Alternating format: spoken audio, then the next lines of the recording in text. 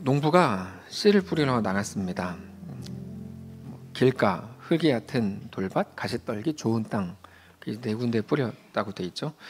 길가에 떨어진 씨앗은 새들이 와서 먹었고, 돌밭에 떨어진 씨앗은 곧 싹이 나오긴 했지만 뿌리가 없어서 금방 말라버렸고, 가시덤불 위에 뿌려진 씨앗은 가시덤불이 자라서 결국 씨를 자라지 못하게 했다.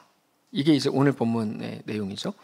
형태와 시간적 차이는 좀 있지만 결론적으로는 아무런 열매를 맺지 못했다. 이게 이제 결론입니다. 그런데 좋은 땅에 떨어졌던 씨앗은 달랐죠. 100배, 60배, 30배의 결실을 맺었습니다. 얼마나 열매를 맺었는가, 100배냐 60배냐 이런 차이가 좀 있지만 중요한 건 모두가 좋은 열매를 맺었고, 그것도 자기가 가진 것보다 훨씬 더 많은 풍성한 열매를 맺었다. 이게 이제 특징입니다.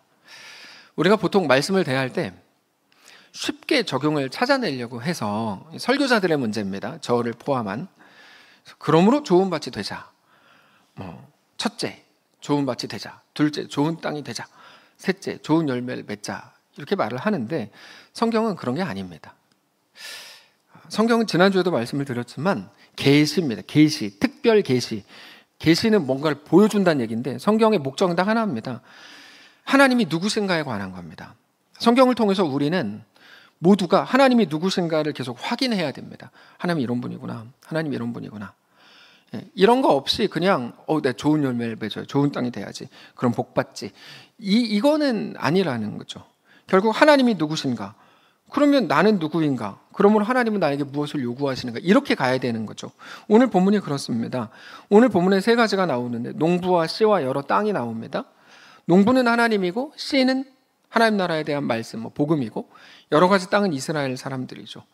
오늘 본문은 예수님께서 비유로 말씀하신 건데 비유는 원래 극적인 겁니다.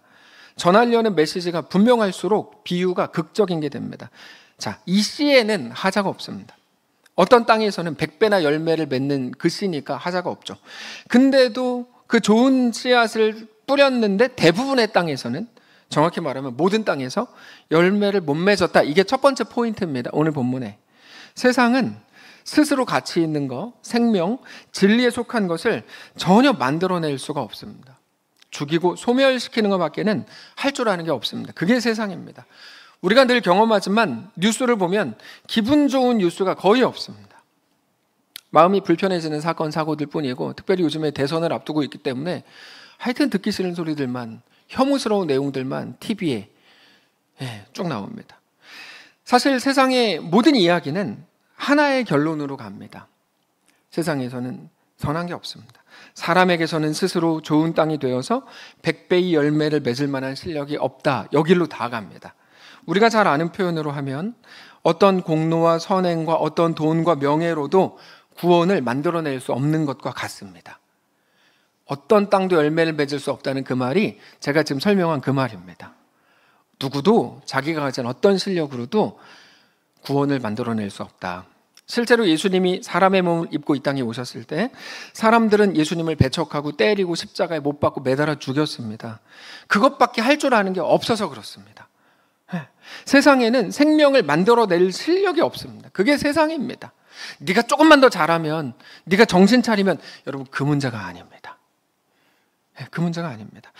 그런데 세상이 그렇다는 걸 알고 나서 오늘 본문을 다시 볼 때 놀라게 되는 건, 세상에는 생명을 만들어내는 좋은 땅이 없다고만 생각을 했는데 예수님 뭐라고 말씀하세요?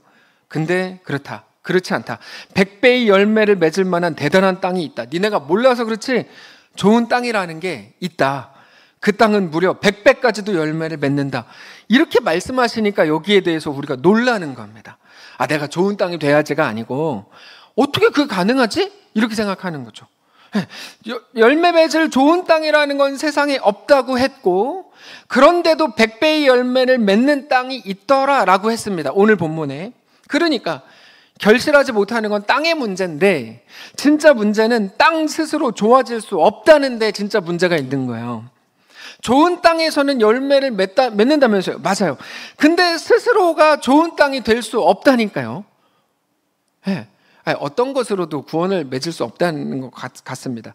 그거는 뭐냐면 어떤 선행과 어떤 공로와 돈으로도 안 되고 이것만으로 안 되는 게 아니라 더 나가면 어떤 진실성과 어떤 자랑과 어떤 신실함과 어떤 겸손함과 어떤 열정과 어떤 좋은 것들로도 불가능합니다. 네, 어떤 걸로도 불가능합니다. 우리가 무슨 수로 구원을 만듭니까? 불가능합니다. 아무리 좋은 거를 다 갖다 붙여도 불가능합니다. 그런데도 정말 100배의 열매를 맺는 땅이 존재한다고 하니까 놀라운 건 거죠. 어떤 걸로도 불가능하다면서 100배의 열매를 맺는다? 이 앞뒤가 안 맞으니까 이게 놀라운 거거든요. 어떻게 가능한 건가?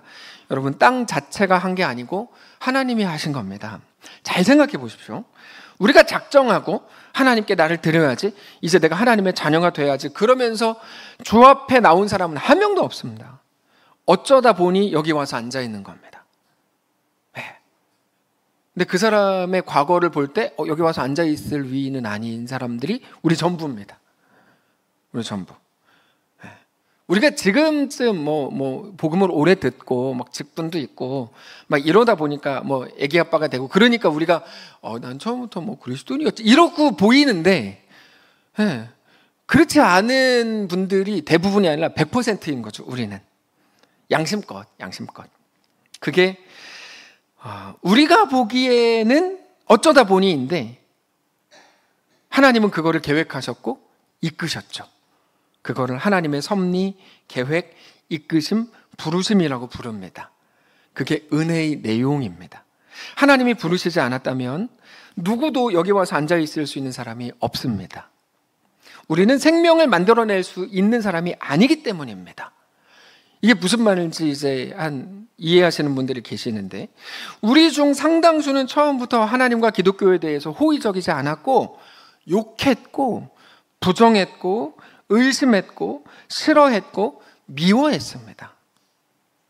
그런데도 우리는 지금 오늘 여기에 있습니다. 같이 찬양을 하고 기도할 때 고개를 숙이고 말씀 앞에 겸손히 앉아 있습니다. 완벽하지는 않지만 하나님의 뜻을 찾고 있고 주님께서 붙들어 주시기를 간구하고 있습니다. 어떻게 된 걸까? 하나님이 행하신 거죠. 그래서 우리는 이거를 은혜라고 부릅니다. 은혜는 우리가 만들지 않은 겁니다. 우리는 이스라엘과 똑같은 길가였고 돌짝밭이었고 가시덤불이었지 처음부터 좋은 땅이었던 사람은 아무도 없습니다. 그러나 하나님이 우리에게 오셔서 좋은 땅으로 만들고 계신다는 것을 오늘 우리가 알게 되는 겁니다. 우리 하나님이 우리라는 존재를 통해서 그래서 여전히 연약해 보이는 누군가가 있잖아요. 그도 늦지 않았어요. 여러분, 절대 늦지 않았어요. 하나님이 우리를 부르셨듯이 우리가 간절히 간구하고 있는 그들 하나님이 부르실 거라고 저는 믿습니다. 정말이에요. 하나님이 우리라는 존재를 통해서 맺고 완성하시려는 것은 놀라운 열매다. 그런데 그거는 무서운 말입니다. 왜냐하면 우리의 생각과 다르게 일하시기 때문입니다. 참고로 오늘 이 설교는 명설교입니다. 그래서 잘 들으셔야 되고, 자, 우리 속에 하나님이 완성하시려는 놀라운 열매, 이건 정말 무서운 말인데 하나님이 행하시는 방식은 우리의 생각과 다르기 때문입니다. 어떻게 다르냐면 우리 각자에게는 원함과 바램이라는 게 있거든요. 기도 제목. 근데 그것과 하나님이 주시려는 열매가 달라요. 여기서 이제 무서운 거예요. 자주 말씀드리는 것처럼 우리의 문제는 우리 원함과 우리 바램과 우리 기도가 너무 작다는 데 있어요. 너무 작아요. 그게 문제예요. 여러분, 기독교 신앙은 우리가 생각하는 것처럼 작은 것들이 아닙니다. 예를 들어서 내 힘든 마음에 좀 위로를 받고 조금 평안을 얻고 조금 편해지고, 여러분, 기독교 신앙은 그런 게 아니에요. 베드로 이야기 아시죠? 베드로는 평생 기도 제목이 딱 하나 있었어요. 뭐냐면 우리랑 똑같아요. 베드로 평생 기도 제목은 물고기 많이 잡아서 갈릴리에서 최고 부자가 되는 게 기도 제목이었어요. 베드로의 삶에. 그래서 그날도 그렇게 기도하고 열심히 물고기를 잡고 있었는데 밤이 새도록 한 마리도 못 잡았잖아요. 그때 우리 예수님께서 찾아가셨죠. 그리고는 놀라운 열매를 맺게 해주셨어요. 갈릴리 최고의 부자가 되고 싶었고 사실 그날 물고기를 많이 잡았고, 성경을 보면 이제 예수님이 말을 아침마다 만나가지고 오늘은 저기 시키는 곳만 가면 부자가 될 가능성도 있었을 텐데 베드로는 모든 거를 버리고 하나님 나라를 소유한 자가 되기로 합니다. 베드로의 기도 제목, 베드로의 꿈이 산산이 깨어지고 하나님의 꿈이 베드로에게 임하는 순간이죠. 빌립보서 3장을 보면 그것을 이렇게까지 표현해요. 사도 바울은 베드로가 그동안 꿈꿔왔던 기도 제목은 똥이었다 이렇게 말해요. 네, 이거 되게 충격적인 말이거든요. 베드로가 그동안 꿈꿔오고 기도하고 간절히 바라고 원했던 내용들은 똥이었다. 빌립보서 3장 7절. 그러나 무엇이든지 내게 유익하던 것을 내가 그리스도를 위하여 다 해로 여길 뿐더러, 자, 내게 유익하던 것을 이제는 해로 여긴다. 8절. 또한 모든 것을 해로 여김은 내 주 그리스도 예수를 아는 지식이 가장 고상하기 때문이라. 내가 그를 위하여 모든 것을 잃어버릴 뿐 아니라 배설물로 여김은 이 똥입니다. 그리스도를 얻고 그리스도 안에서 내가 발견되려 함이니 내가 가진 의는 율법에서 난 것이 아니오 오직 그리스도를 믿음으로 말미암은 것이니 곧 믿음으로 하나님께로부터 난 의라. 제가 그랬어요. 제가 처음에 목사가 되기로 하고 신학 공부를 시작했을 때 솔직히 말하면 유명해지고 싶었어요. 유명해지고 싶었고 그런 분들이 롤 모델이었어요. 저의 롤 모델들이 있었어요. 근데 지금은 아닙니다. 유명해지지 않는 게 꿈입니다. 양심껏. 저는 제 꿈을 이루면서 살고 있어요. 유명해지지 않는 게 꿈이고 저는 제 꿈을 이루면서 살고 있어요. 감사한 일이죠.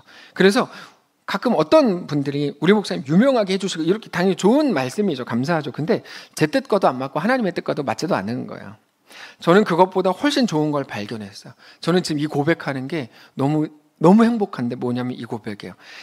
하나님이 내 속에서 행하실 일, 내 인생 속에서 행하실 일을 저는 지금 알게 됐어요. 전에는 몰랐거든요. 그래서 더 이렇게 되고 싶었고 저렇게 되고 싶었는데 지금은 알아요. 유명해지거나 자랑할 일을 가지게 되는 것과는 비교할 수 없는 큰 일을 하나님이 제 속에서 이루실 거를 저는 알아요. 심지어 남들이 좋아 보이는 모든 것들을 그래서 똥 취급할 수 있게 됐어요. 그만큼 하나님의 일, 하나님의 행하심은 엄청난 겁니다. 저뿐 아니라 지금을 하품하고 있는 우리들에게도 마찬가지입니다. 죄송합니다. 한 번만 하품했는데 그걸 제가 굳이 또 찝어가지고. 하여튼 그렇습니다, 여러분. 자, 그만큼 하나님의 일, 하나님의 행하심은 엄청난 거고 이게 제 자랑입니다. 제 자랑은 양심껏 그겁니다. 하나님이 내 안에 어떤 일 행하신다고 했는 줄 알아? 이거죠. 하나님의 백성으로 하나님의 자녀로 완성하신다 그랬어요. 지금 네 모습이 그렇게 불안하고 그지 같은데 알고 있어. 하나님의 완전하심은 내 실력을 완전히 압도해 이거죠. 우리가 하나님의 행하심, 하나님의 약속, 내 아버지 되심, 그게 저의 자랑이고 정말 원하기는 우리 모두의 자랑이 되실 수 있기를 원해요. 모르겠어요. 우리가 여전히 사도 바울이 해로 여기는 똥의 내용들을 간절히 원할지도 몰라요. 그럴 수도 있고 그게 나쁜 건 아니에요. 왜 나쁜 건 아니냐면 그렇게 또 하나님의 사람으로 세워질 수도 있어요. 그러나 부족한 건 사실이에요. 우리가 하나님 앞에 어떤 기도를 해야 하고 하나님이 우리에게 무엇을 요구하시는지는 알아야 해요. 기독교 신앙은 하나님이 이 세상에서 하신 일과 하실 일에 관한 겁니다. 내가 복받는 길이 아니고 잘 되거나 자랑을 삼게 되거나 유명해지는 길도 아니에요. 기독교 신앙은 전혀 그런 게 아니에요. 하나님이 근데 그러고 보면 사실 목사님들을 좀 부족한 사람들이 정말 많아요. 막 더 큰 교회 하고 싶어 하고 이거는 못난 목회자들이죠.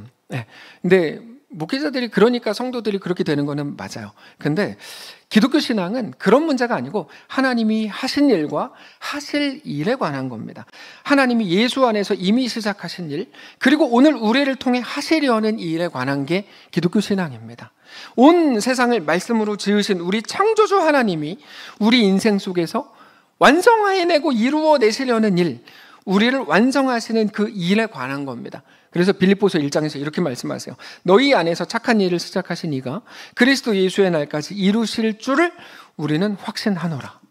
여러분, 이 말씀을 계속 기억하고 계속 붙드십시오. 그리고 지금의 연약함을 가지고도 결국 가장 아름다운 것으로 우리를 완성하실 우리 하나님을 기대하고 인정하고 그 앞에 엎드리셔야 됩니다. 우리가 오늘 할 일이 있다면 바로 그겁니다. 예수님께서 씨 뿌리는 자의 비유를 말씀하셨을 때 제자들은 왜 비유로 말씀하셨습니까? 이렇게 질문했어요. 직접 말하면 더 많은 사람들이 알아듣고 특별히 바리새인들도 막 알아들을 것 같은데 왜 비유로 말씀하셔서 잘못 알아듣게 하십니까?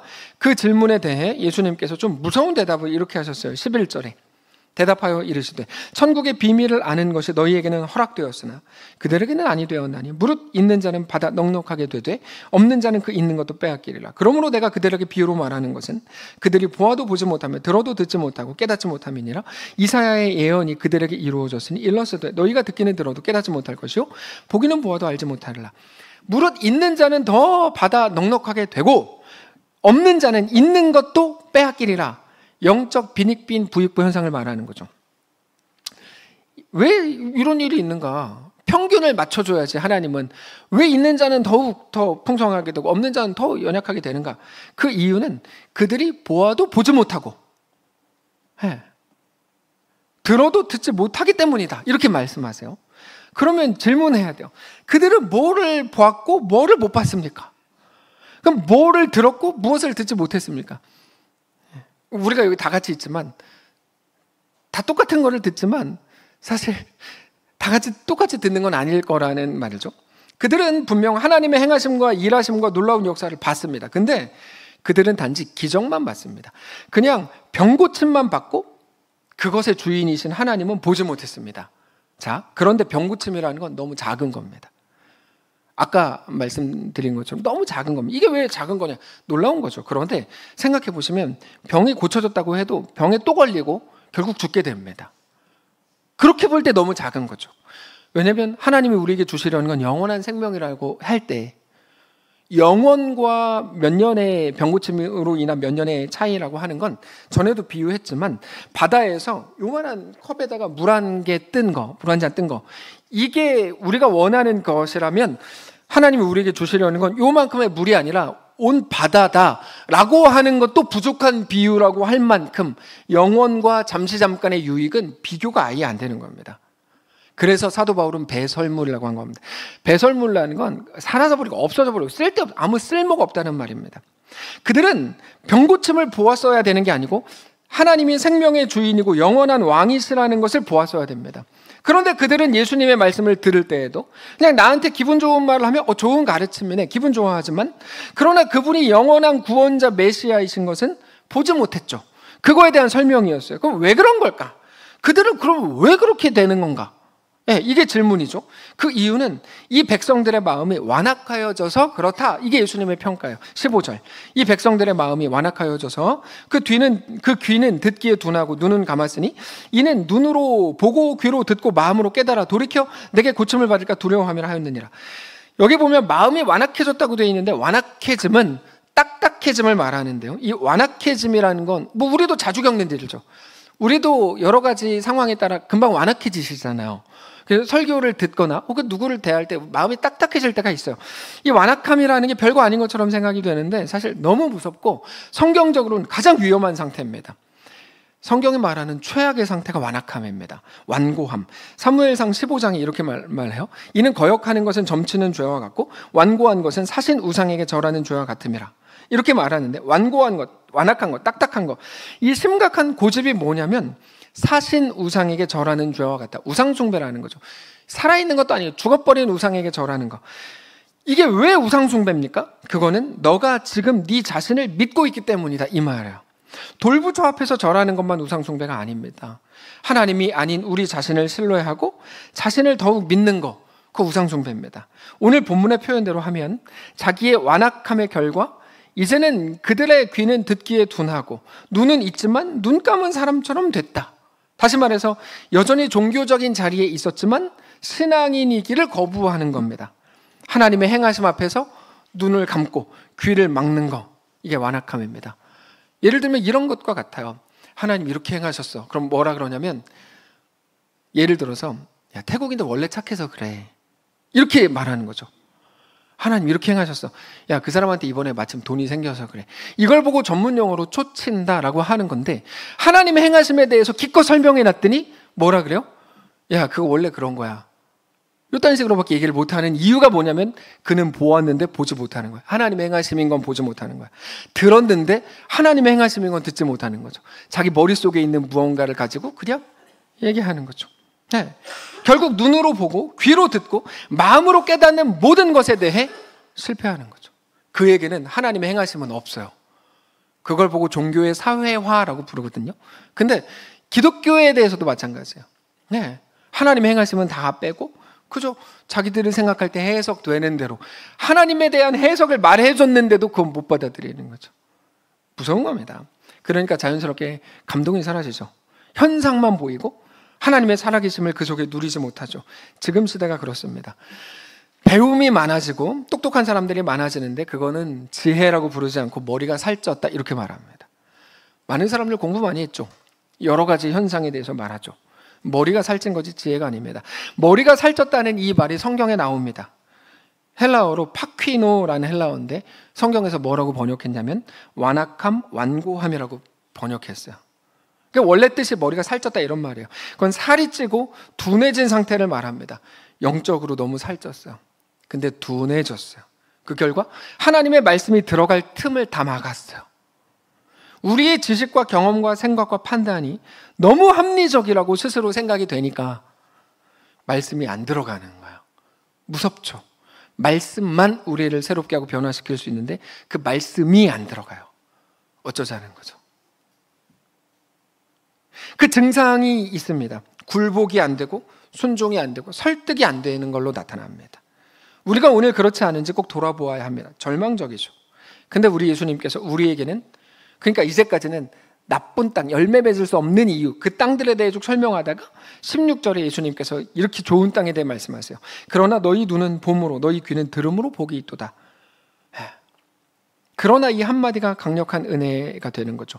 그러나 너희 눈은 봄으로 너희 귀는 들음으로 복이 있도다. 너희는 그들과 다르다. 왜 다를까요? 우리가 어떻게 다를까요? 우리는 뭐가 잘났고 뭐를 그렇게 잘했기에 볼 수 있고 들을 수 있는 걸까요? 그건 오직 예수 그리스도 안에서 이루신 하나님의 은혜와 사랑으로만 도달할 수 있는 자리입니다. 우리가 잘한 게 아닙니다. 다시 한번 정리를 하면 그러면 우리가 보고 듣고 놀라게 될 그 소식은 뭐냐? 우리 가운데 30배, 60배, 100배의 결실을 맺게 될 거룩한 씨앗, 그건 바로 하나님 나라인데 그만큼 우리가 부자가 된다는 게 아니라 우리 속에 하나님 나라로 가득 채워질 거라는 말씀입니다. 사람들은 이제까지 우리 하나님께 대해서 더 영광스러움을 주시고 더 풍성하게 해주시고 우리 인생을 더 놀랍게 해주시기를 구했습니다. 그런데 우리 주님이 이렇게 말씀하시는 겁니다. 네가 원한 그거 다 쓸데없고 소용없는 거야. 우리에게 이루실 하나님의 계획으로 비추어 보면 그건 너무 작은 것들이야. 그래서 알아듣기 쉽게 말씀하시는 거죠. 너희가 길바닥이고 너희가 돌밭이고 너희가 가시덤불이야. 될 것처럼 보였지. 니네 실력으로 아무것도 될 수가 없어.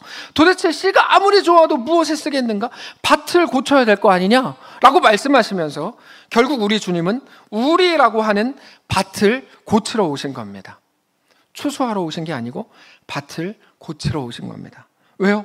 만일 내가 지금 이 상태로 예수님이 심판을 하고 추수를 한다면 니네는 다 망하고 다 죽기 때문이다. 그래서 우리 주님은 우리라는 밭을 갈러 오신 겁니다. 그렇게 비로소 천국의 씨앗들이 우리 인생 속에 100배, 1000배의 결실을 맺게 될 겁니다. 그래서 결론이 뭐냐? 결론, 갈려야 된다. 이 결론입니다. 갈려야 된다. 어떤 찬양의 가사처럼 부서져야 하리, 무너져야 하리, 깨져야 하리, 더 많이 깨져야 하리, 씻겨야 하리, 깨끗이 씻겨야 하리, 다 버리고 다 고치고 겸손히 낮아져도 주 앞에서 정결하다고 자랑하지 못할 거예요. 부서져야 하리, 부서져야 하리, 깨져야 하리, 깨끗이 씻겨야 하리. 제가 총신대학교에 가서 처음 체프를 드리는데 현수막 보고 충격을 받았어요. 이렇게 써 있었어요. 부서진 공동체, 무너진 공동체, 깨어진 공동체, 씻긴 공동체. 이렇게 그냥 이것만 이렇게 써 있었어요. 그게 교회고 성도고 우리 자신이어야 한다는 것을 알게 됐고 우리가 더욱더 소망하고 간절히 바라야 된다는 것을 알게 됐습니다. 그래서 제가 우리 교회에 왔을 때 2011년 말에 뭐를 했냐면 PPT에다가 예배 전 PPT에다 이걸 똑같이 썼어요. 그게 너무 충격적이고 너무 좋아가지고 부서져야 하리, 부서진 공동체, 무너진 공동체, 깨어진 공동체, 씻긴 공동체. 뭐 기억 아무도 안 나시겠지만 그렇게 썼어요. 그랬다가 막 문자를 받았어요. 아니 목사님, 교회가 부서지면 어떡합니까? 막 이렇게. 그때는 제가 지금보다 더 담대함이 없어가지고 제가 죄송합니다 그리고 바로 내렸어요.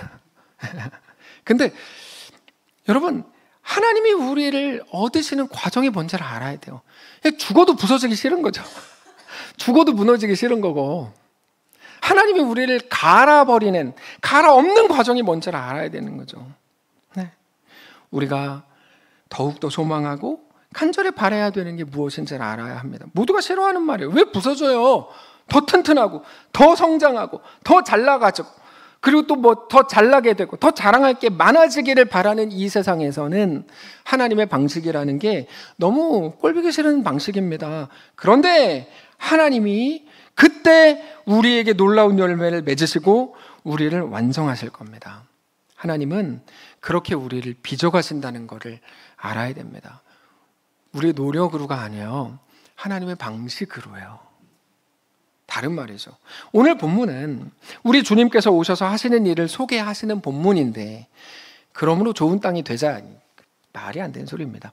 오늘 본문은 그게 아니고 우리 예수님이 오셔서 하실 일을 소개하는 본문인데, 우리 주님께서 오셔서 하시는 일이 뭐냐면 우리 마음을 아버지께로 돌이키게 하는 일입니다.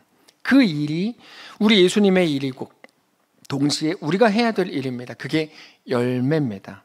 우리가 하나님의 백성이 되는 것, 그거를 위해서 우리가 부서지고 무너지고 깨지고 씻기게 될 겁니다. 그게 우리의 오늘입니다. 지난 수요일에 말씀을 나눈 것처럼 계속해서 그 엘리사의 제자의 아내가 계속해서 1절로 하나님이 그녀를 보내신다 이렇게 말씀을 드렸거든요. 누구도 기억하지 못하는 표정이니 다시 한번 그 설교를 해야 되겠다는 생각이 드는데, 근데 계속 1절에 뭐가 있냐면 답답하고 막막함으로 계속 가요. 부서지고 무너지고 깨지고 씻기는 거거든요. 그게 우리의 오늘이죠. 그거를 우리는 돌이킴이라고 말해요. 그게 하나님이 우리 속에서 행하실 일입니다. 그래서 예수를 믿는다는 말은 돌이킨다는 말입니다. 너 예수 믿어? 그 말은 너 기독교이냐 그 말이 아니고, 네 인생을, 세상에 익숙한 너의 인생을 예수에게로, 하나님 나라로 돌이켜? 이런 말입니다. 우리의 삶과 우리의 삶의 목표와 삶의 주인을 하나님으로 바꾼다는 말입니다. 이제까지 돈을 쫓았고 명예를 쫓았고, 그게 뭐 똑같아요. 이게 가정의 화목을 쫓았고 좋아 보이는 모든 것들 다 마찬가지라니까요. 그 모든 것들을 쫓았던 너의 인생을 이제 하나님이 주인인 삶으로 돌이킬래? 이렇게 바꾸는 거예요. 예, 결국 우리는 이 땅에 거하고 있지만 여전히 이 땅의 백성으로 세상이 추구하는 것을 따라가며 사는 게 아니라 하나님의 백성이 되어서 이 땅이 아닌 하나님 나라의 백성으로 하나님 나라를 살아야 되는 것입니다. 그 돌이킴. 근데 문제는 여기 있습니다. 여전히 많은 사람들이 하나님의 백성의 자리로 돌이키기보다 세상에서 보상을 바라는 그 자리를 고수하려고 한다는 거죠. 이거는 진짜 문제입니다. 자꾸만 약속되고 보장된 밭에, 하나님이 30배, 60배, 100배라고 하니까 약속되고 보장된 밭에 뭐를 심냐면 자꾸 돈을 심으려고 그래요. 건강을 심고 거기에 세상적인 행복을 자꾸 심으려고 그래요. 그렇게 해서 수익률이 30배, 60배, 100배가 되기를 원하는 거죠. 뭐 좋긴 좋겠죠. 저도 그러면은 은행에 뭐 얼마 빌려줄지 모르겠지만 돈 다 빌려가지고 당장 투자하고 올 거예요 아마. 근데 여기다가 세상의 것들을 심으려고 하면 안 됩니다. 왜냐하면 그러면 결실을 못 맺어요. 열매가 안 맺혀요. 그러나 우리가 심어야 되는 건 하나님 나라의 씨앗, 천국의 씨앗이거든요. 그때 비로소 우리는 하나님이 바꾸어 놓으신, 그렇게 갈아엎어진 우리의 심령 속에, 뭐 우리를 갈아엎으시는 방식은 다양하죠. 관계가 틀어질 수도 있고요, 건강이 상할 수도 있고, 돈을 잃을 수도 있어요. 우리 갈아엎어진 우리의 심령 속에 거룩한 열매, 영원한 열매, 하나님의 영광과 베푸신 은혜와 자비와 긍휼을 결실하게 될 것입니다. 하나님의 약속입니다. 그래서 우리는 하나님이 행하시는 방식이 우리의 생각과 완전히 다르다는 것을 알아야 됩니다. 하나님이 행하시는 방식이 우리의 기대와는 다르다. 하나님의 이끄심은 우리의 실력과 다르고 우리 예상과 다릅니다. 그래서 우리가 오늘 준비해야 되는 게 있다면 그건 뭐냐면 예상 밖의 일들을 받아들일 준비를 해야 됩니다. 예상 밖의 일들을 받아들일 준비. 그게 오늘 본문이 우리에게 말씀하시는 겁니다. 너 그 준비가 되었는가? 나는 밭 갈러 왔다. 내가 너를 좋은 땅 만들 거다. 근데 너 갈아엎어지면 만만치 않을 거다. 근데 너 그 준비가 됐는가? 그게 신자의 길입니다. 그렇지 않으면 우리 스스로 하나님이 우리의 삶과 교회와 우리 세대 안에서 하실 일들을 스스로 너무 확고하게 단정 지어버린 나머지, 내가 예수 잘 믿으면 이렇게 될 거야. 다 그렇게 하고 있잖아요. 사람들이 이러면 이렇게 될 거야. 만약에 뭐 돈을 많이 벌면 은혜라고 하고, 돈을 잃어버리면 뭐 내가 뭐 잘못, 이렇게 가고 있으니까 이렇게 단정 지어버린 나머지 그렇게 완고한 자가 되어, 아무리 말씀을 전해도 들리지도 않고 뭐 그냥 뭐 하나님 뭐 복주셔 뭐 이러고 있으니 완고한 자가 되어서 우리 예상과 판단과는 분명히 다르게 진행될 하나님의 역사 앞에서, 그리고 말씀이 우리 앞에 전해져도 여전히 전과 같이 듣지 못하고 예수님 시대에 있었던 사람들처럼 보아도 보지 못하고 그 속에 있으면서도 깨닫지 못하게 되기 때문입니다. 교회가 커지겠지, 내 일이 잘 되겠지, 형통하겠지, 부자가 되겠지, 이런 모든 기대는 여전히 들어도 듣지 못했고 보아도 보지 못했다는 증거입니다. 무엇이 똥인지 무엇이 복인지를 구분을 못하고 있는 거니까요. 자, 하나님 나라의 것이라는 건 뭘까? 그거에 대해서 바울은 이렇게 소개합니다. 염려의 내용이 달라진다고 말하는데 고린도후서 11장 28절입니다. 그 이 외의 일은 고사하고 아직도 날마다 내 속에 눌리는 일이 있으니 곧 모든 교회를 위하여 염려하는 것이라. 누가 약하면 내가 약하지 아니하며 누가 실족하게 되면 내가 애타지 아니하더냐. 내가 부득불 자랑할진대 내가 약한 것을 자랑하리라. 교회를 위한 염려라는 말은 입장제일 교회를 위한 염려를 말하는 게 아닙니다. 하나님 나라를 위한 갈망과 동참을 말하는 겁니다. 사도 바울의 말처럼 애타게 긴장해야 되는 일인데 그게 뭘까요? 한 가지만 이야기를 드리고 이제 말씀을 정리할게요. 아까 일부 예배 때도 말씀을 정리하겠습니다만 4번 한 것 같아요. 자, 2번 했으니까. 자, 그게 뭘까요? 우리가 아우니체를 갔던 교회들 중에 이미 문을 닫은 교회들을 아주 많습니다. 사실 우리는 뭐 그런 교회들만 찾아서 아우니체 하는 거이기도 하니까요. 그 교회들을 보면서 제가 참 답답하고 안타까웠던 건 아무리 생각을 해봐도 할 수 있는 일이 없다는 거예요. 우리가 이렇게 시골에 있는데 모이는 분들도 뭐 그냥 뭐 그분들 말로는 뭐 힘도 없고 뭐 할 수 있는 게 없습니다. 근데 잘 생각해 보면 생각을 늦게 해야 하니까 할 일이 없는 거거든요. 늦게 해가지고 무슨 말을 하냐면 조금만 더 일찍 생각했더라면 우리가 무엇을 할 수 있을까? 할 수 있었던 일들이 얼마든지 많았을 거예요. 그런 모든 교회들도. 네. 교회는 생존을 위해 존재하지 않습니다. 교회는. 그럼 뭘 위해 존재하냐? 하나님 나라의 일을 위해 존재하는 거지 생존을 위해 존재하지 않거든요. 그 말은 문 닫지 않을 방법이 있었다는 말이 아니고 그분들도 더 존귀한 일, 더 가치 있는 거, 생명력 있는 일들을 만들어낼 수 있었다는 말이에요. 근데 때를 다 놓치고 나니까 지금 와서 보니까 할 일이 없어진 거죠. 중요한 건 이겁니다. 그 교회가 없어졌으면 망한 거냐? 그런 건 아닙니다. 그 교회를 통해 이미 수많은 사람들 복음을 들었고 예수를 알게 되고 하나님 믿게 됐겠죠. 그러니까 교회 문 닫았으니까 뭐 안 좋은 거냐? 꼭 그렇게 볼 수는 없어요. 그분들도 이미 가치 있고 생명력 있는 역사를 만들었을 거예요. 그러나 이제는 더 이상 생명을 못 만들어낸다는 건데, 그래서 무슨 말이냐? 우리가 아직 오늘 살아있을 때, 아직 모여있을 때, 이렇게 모여있잖아요. 아직 숨을 쉴 때, 웃음을 잃지 않았을 때, 에너지를 가지고 있을 때 더욱더 가치 있는 일을 찾아내야 하고 생명력 있는 일을 만들어야 한다는 말입니다. 여러분, 우리 교회가 더 커져야 하나님의 일들 감당한다고 생각하는 건 이상한 소리, 말도 안 되는 소리입니다. 충분합니다. 충분해요. 지금 여기 있는 한 분 한 분이 엄청 강력하거든요. 다만 우리가 새로워지고 그리스도의 나라를 꿈꾸어야 할 일인 거예요. 헬스를 해가지고 몸을 좋게 만들어서 뭐 할 거예요? 그 좋은 몸으로 가치 있는 일을 해야지. 그러니까 교회가 지금 그러고 있는 거예요. 맨날 헬스하고. 저는 한국 교회가 너무 답답한 게 맨날 헬스하고 있어요. 그래서 뭐예요? 그럼 헬스 해가지고 그래서 몸 좋게 만들려고 막 엄청 몸만 좋아져요. 가치 있는 거 하나도 안 하고 맨날 자랑만 하고 우리 교회 많아졌다. 그게 자랑이 돼요? 그게? 한국인이가 자랑은 되겠죠. 생명력도 없는 그런 일들에 에너지를 쏟는 게 말이 안 되는 거거든요. 헬스를 해서 몸을 좋게 만드는 게 중요한 게 아니라 그 좋은 몸으로 뭔가를 해야죠. 우리가 5명이 모여 있으면 얼마든지 생명력 있는 일들을 합니다.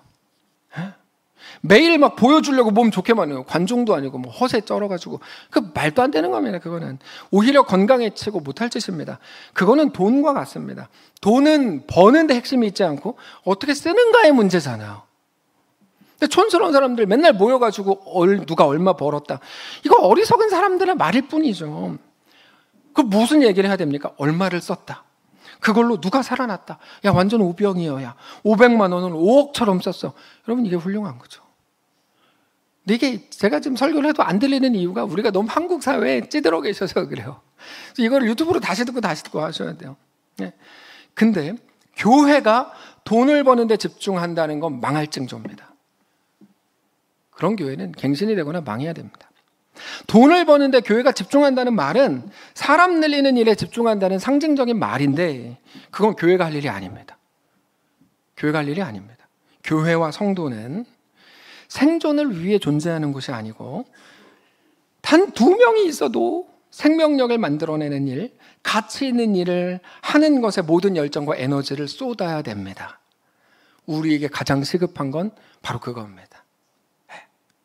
그게 온전한 교회를 위한 염려입니다. 하나님이 우리 속에 맺으시겠다고 한 30배, 60배, 100배의 열매입니다. 여러분, 이거 교인 몇 명이냐 문제가 절대 아닙니다. 교세가 어떻고 성도 수가 어떻고 절대 아닙니다. 왜냐하면 그런 건 생명과 관련 없는 문제거든요. 우리로 충분합니다. 충분하세요.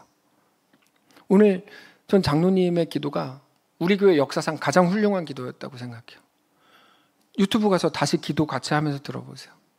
하나님에 대한 우리의 비전을 선포하고 하나님 행하실 일들을 소원하는 기도. 여러분, 우리 인구수의 문제가 아니에요.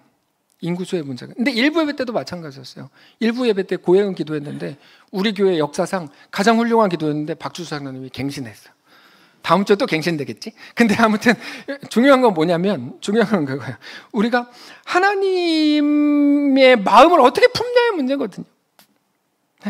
우리로 충분해. 아니, 치앙마이에 있는 김현우 이매진 집사님 가정, 그다음 거기에 이제 하나님이 벤 성도님까지 이렇게 붙여줬잖아요. 3명이면 충분해요. 그 셋이 매일 모여가지고 생명력 있고 가치 있는 것들을 얼마든지 만들어낼 수 있어요. 그거 하라고 거기 가 있는 거지. 다른 게 아니. 우리도 마찬가지예요. 그거 하라고 모여 있는 거예요. 그거 해야 된다. 그래서 교회와 복음은 세상과 다른 거죠. 얼마 전에 제가 설교하면서 다음 세대 아이들이 일주일에 겨우 딱 하루, 그것도 1-2시간 교회 와서 말씀을 듣는 게 전부다. 너무 이거 안타까운 일이다. 그래놓고 어떻게 신앙을 강조하고 신앙의 유산을 어떻게 말하냐 막 이런 식으로 제가 얘기한 적이 있어요. 그 말을 듣고 청년부에서 마음이 안타까웠던 것 같아요. 어제 청년부에서 다음 세대 아이들에 대한 안타까움을 가지고 저한테 이제 연락을 했어요. 그 아이들을, 목사님 말대로라면 그 아이들에게 토요일에도 그 아이들을 섬길 수 있는 방법을 우리끼리 찾으려고 합니다. 좀 이런 사역들 좀 진행해도 괜찮을까요? 그래서 너무 좋지. 근데 그러면서 저한테 한 이야기가 있어요. 목사님, 생각해 보세요. 우리가 처음에 아웃리치를 시작한 것도 그것 때문이었잖아요. 이렇게 말하더라고요. 근데 맞아요. 우리가 아웃리치 처음 시작한 거 그것 때문이었어요. 무엇 때문이었냐면 일단 뭐 원한 적도 없고 그렇게 한 적은 없고 자꾸 청년들이 모이는 거예요. 그래서 우리끼리 무슨 얘기를 했냐면, 야, 이거 우리의 삶을 좀 가치 있게 드리는 방법이 뭘까? 그때 이제 리더 모임 할 때 했던 얘기들이었어요. 우리가 뭐 5만 원씩 아르바이트 해가지고 모아가지고 그걸 좀 뭐 가난한 이웃을 도울까요? 뭐 좋죠. 좋은데 뭐 이런 얘기들을 하다가 아니 우리 휴가를 반납을 해가지고 누구 뭐 연탄이라도 날려면 어떨까? 근데 뭐 여름에 무슨 연탄을 날라요? 그래가지고 우리가 휴가를 반납하고 회비를 내가지고 우리가 할 수 있는 가치 있는 일들을 만들어내면 어떨까요? 라고 하면서 나온 게 아웃리치였어요. 마치 이석기 집사님 계시니까 우리한테는 못할 일이 없었죠. 그래서 이제 그렇게 시작했어요. 그 이야기를 하더라고요.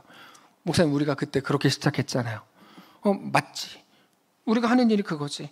우리는 모든 사역을 그 목적으로 시작했습니다. 이렇게 하면 사람들이 뭐 우리 교회 좋은 교회라고 칭찬해 주겠지? 사람들도 모이겠지? 이런 얄팍한 생각을 한 번도 해본 적 없어요. 진심으로.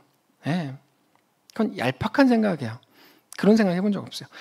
하나님이 우리에게 맡기신 게 뭔지, 그리고 그 일들을 우리가 생존하는 한 감당하자. 그렇게 아웃리치와 웃구막과 전도여행 다 그렇게 시작됐습니다. 지금 다른 교육부서도 다 그렇게 하고 있습니다. 그래서 우리는 살아있는 교회였고 지금도 살아있는 교회입니다. 그게 정확히 성도가 해야 될 일이고 우리가 해야 될 일입니다. 여러분, 성도가 1000명이 되면 그게 살아있는 교회인가요? 아니죠. 아무 관련도 없는 일인데 그냥 교회가 커진 거예요. 생명과는 관련이 없어요. 오히려 그렇게 되면 위험해져요. 교회는. 교회 다이어트를 해야 돼요. 교회 다이어트. 여러분, 선거철에는 교인이 늘어납니다. 뭐 우리 교회는 아니지만 선거철에는 교인이 늘어나요. 당연하죠. 표 얻으려고 하는 게 이게 뭐 어떻게 생명입니까? 말도 안 되는 소리죠. 근데 가치 있는 일을 하고 생명력을 심을 때 우리는 살아있는 교회가 됩니다. 자, 말씀을 마지막으로 정리하겠습니다. 오늘 우리의 고민과 우리의 염려는 뭡니까?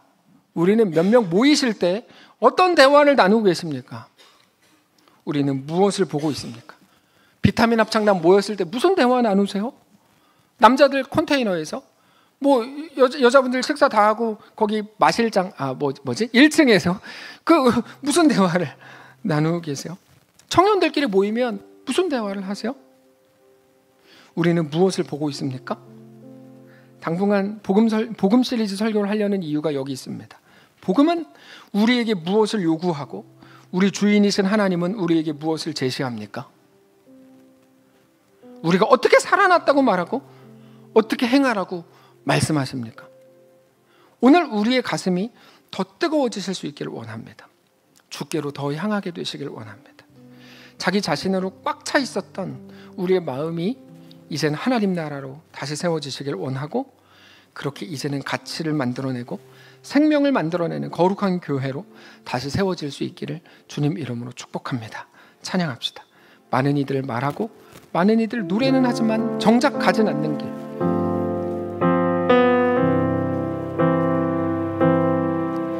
많은 이들 말하고 많은 이들 노래하지만 정작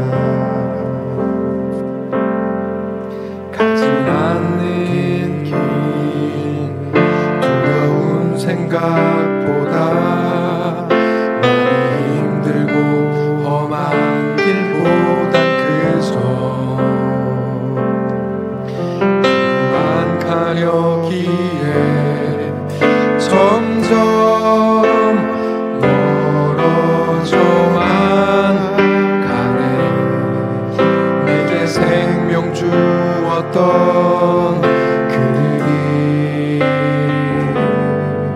점점 이용하려 하네. 내게 사랑 주었던 그 길 다시 복음 앞에 내 영혼 선에 주님 만나 그때 나 다시 돌아가 주님께 예배드리며 다시 십자가 처음부터 다시 한번 합시다. 많은 이들 말하고 많은 이들 노래는 하지만 가진 않는 길. 많은 이들 말하고 많은 이들 노래는 하지만 정작 가진 않는 두려운 생각보다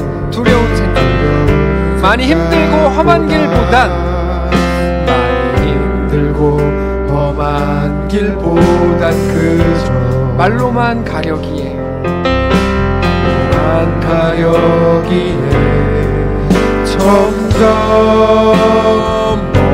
멀어져만 가네. 내게 생명 주었던 그 점점 이용하려 하는 점점 이용하여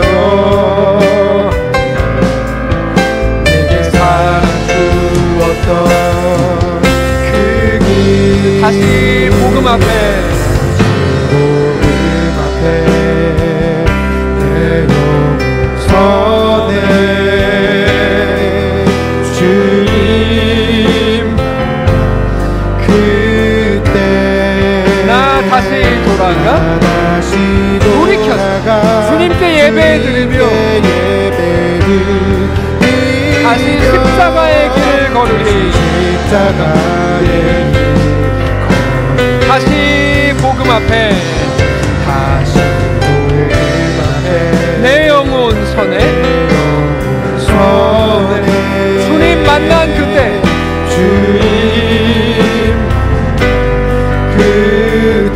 나 다시 돌아가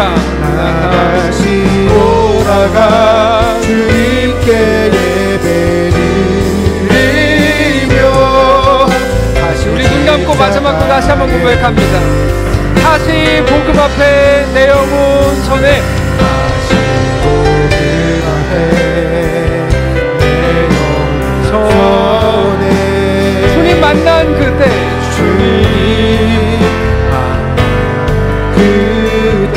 나 다시 돌아가 주님께 예배드리며